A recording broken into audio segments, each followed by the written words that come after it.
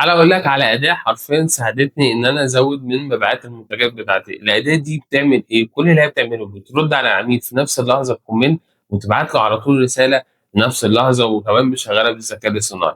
طيب تعالوا كده نعمل تجربة مع بعض. أنا هاخش على أي فيديو من الفيديوهات اللي إحنا بننزلها على الإنستجرام، وأنا دلوقتي داخل بaccount تاني، وكل اللي أنا هاعمله أنا هاضيف تعليق، هاقول مثلًا إيه تم أو أيًا كان الجملة. أنا هنا مثلًا باقول إيه، اكتب لي بس كلمة تم، فأنا هاكتب بس كلمة تم، فالأداة هتقوم رايحة على طول باعتة لي comment وعاملة لي love كمان على الcomment، وهاروح على الرسايل هالاقي إن هي باعتة لي على طول رسالة زي ما أنتم شايفين كده، تم إرسال مرفق على طول.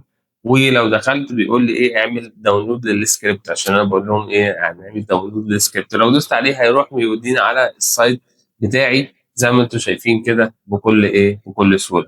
وعايز أقول لك بقى إن الأداة دي ميزتها ممكن تشتغل على الفيسبوك، تشتغل على التيك توك، تشتغل على الواتساب، تشتغل على أي سوشيال ميديا حرفيًا أنت عايزها. ولو عايز تفاصيل أكتر اكتب لي بس كلمة تم وأبعت لك الأداة وأبعت لك كمان الشرح بتاعها مجانًا.